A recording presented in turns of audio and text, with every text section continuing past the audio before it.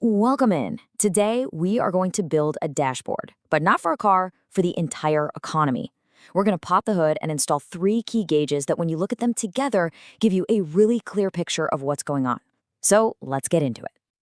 I mean, it's a huge question, isn't it? You hear it on the news constantly. The economy's up, it's down, it's strong, it's weak. But what does that actually mean? How in the world can we measure something so massive, so complex, in a way that actually makes sense to us? Well, it's kind of like how a doctor checks your vital signs, your pulse, your blood pressure. Economists do something similar. They look at a few key indicators. And we're going to focus on the big three: one for people, one for prices, and one for the overall speed and direction of the economy. All right, first up on our dashboard is the gauge that probably hits closest to home for all of us, the people gauge. This is all about unemployment. It basically tells us how many people who want a job are actually able to find one. Now, you might think unemployed just means not working, but the official definition is actually way more specific. To be counted as unemployed, you have to be available for work, and, this is the key part, you have to have been actively looking for a job in the last month. That little distinction makes all the difference. So how do they figure this out? Well, governments conduct these massive surveys, like the labor force survey in Canada, and they put every single adult into one of three buckets. You're either employed, you're unemployed based on that definition we just saw, or you're considered not in the labor force. That last group, that's students, retirees, stay-at-home parents, basically anyone who isn't actively looking for paid work. And here is how we get that one single magic number you always hear about. The formula is actually pretty simple. It just takes everyone in that unemployed bucket and divides them by the total labor force, which is just the employed plus the unemployed folks, all added together. Multiply by 100, and boom, you get that one little percentage that tells a really big story. But is that number perfect? Well, not exactly. It's a super powerful indicator for sure, but it's got its limits. For example, it can actually understate the problem because it doesn't count discouraged workers, people who want a job but have just given up looking. On the flip side, some argue it might slightly overstate it if some folks say they're looking just to say, keep receiving benefits. So it's not perfect, but it's the best gauge we've got. It's also really important to know that not all unemployment is created equal. Economists have broken it down into different flavors, if you will, because each one has a different cause. You've got frictional, which is just that natural short-term churn of people moving between jobs. Then there's structural, which is a much deeper problem, like a mismatch between the skills people have and the jobs that are open. And of course, cyclical, which is what happens during a recession. And seasonal, which is predictable stuff, like a ski instructor trying to find work in July. So this all leads to a really key idea, the natural rate of unemployment. Because there are always going to be people between jobs or whose skills are a little outdated, the unemployment rate will never, ever be zero. It's just not realistic. So when economists talk about full employment, what they really mean is that the only unemployment happening is that natural, frictional, and structural kind. Let's look at a perfect real-world example of that structural unemployment. Say a local TV news station has a bunch of layoffs. Those people are specialists, right? Their skills are in TV news production. It's not that there are no jobs at all out there, it's that their specific skills might not be in high demand anymore. That is a textbook structural problem. Okay, let's switch gears and move to the second gauge on our dashboard. This one tracks prices. It tells us whether the money in our wallets is buying us more stuff or less stuff than it did before. Yep, we are talking about inflation. And if you ever wonder why this gauge matters, just look at this. Back in 2008, Zimbabwe actually issued a $100 trillion bill.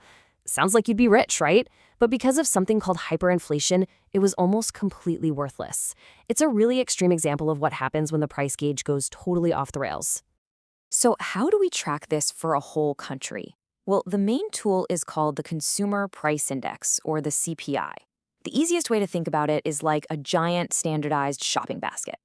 The government tracks the total cost of the specific basket of goods and services that a typical family buys, everything from milk and bread to movie tickets and haircuts. And the effect of this over time, it's absolutely staggering. Just look at this comparison between 1970 and 2014. A brand new house went from around $22,000 to $280,000.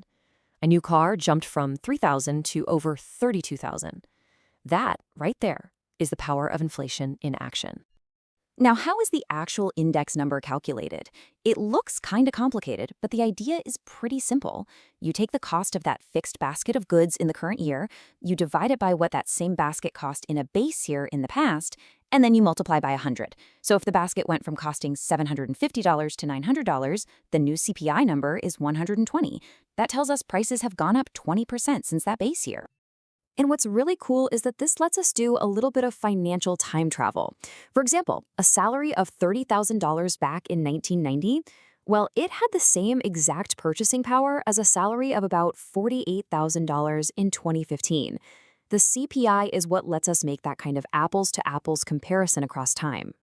And inflation, of course, directly hits anyone who's borrowing or saving money. The real interest rate, what you're actually earning or paying, is roughly the stated interest rate minus the rate of inflation. So if your savings account pays you 2% interest, but inflation is running at 3%, you're actually losing purchasing power. All right, we've got our people gauge and our price gauge installed. Now it's time for the final one on our dashboard, speed and direction. This gauge tells us about the overall momentum of the economy. Is it growing? And if so, how fast is it going? See, what truly drives prosperity over the long haul is economic growth. It's really just the process of us getting better and more efficient at making things. That rising productivity is what increases our average standard of living over generations.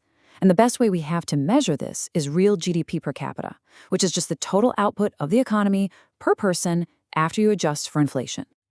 And here's a fantastic little mental shortcut for you. It's called the Rule of 70. If you ever want to get a quick estimate of how long it'll take for an economy to double in size, you just divide the number 70 by its annual growth rate. So if an economy is growing at a whopping 7% per year, it would double in size in only 10 years. It just goes to show how even small changes in that growth rate make a massive difference over time. But here's the catch. That growth almost never happens in a nice, smooth, straight line. The economy tends to move in waves, what we call the business cycle. It goes from a peak, then dips down into a recession, hits a bottom, which we call a trough, and then climbs back up during an expansion phase. It's a constant up and down pattern. And this right here, this is where all three of our gauges finally come together. It's beautiful, really. During those expansion periods, when the economy is heating up, unemployment usually falls, but inflation tends to creep up. And then during recessions, the opposite usually happens. Unemployment goes up, but inflation tends to fall because people are buying less stuff. See, they're all connected. And that finishes our dashboard. By looking at these three key gauges, unemployment for the people, inflation for prices, and the business cycle for growth and direction, we can get a really clear, really powerful snapshot of the economy's overall health at any given time. So now you don't have to just take the headlines at face value. You can look at the data yourself. You can read the vital signs, and you can make your own informed call. The next time you see those latest numbers come out, ask yourself, what is the dashboard telling me right now? What kind of journey do I think our economy is on?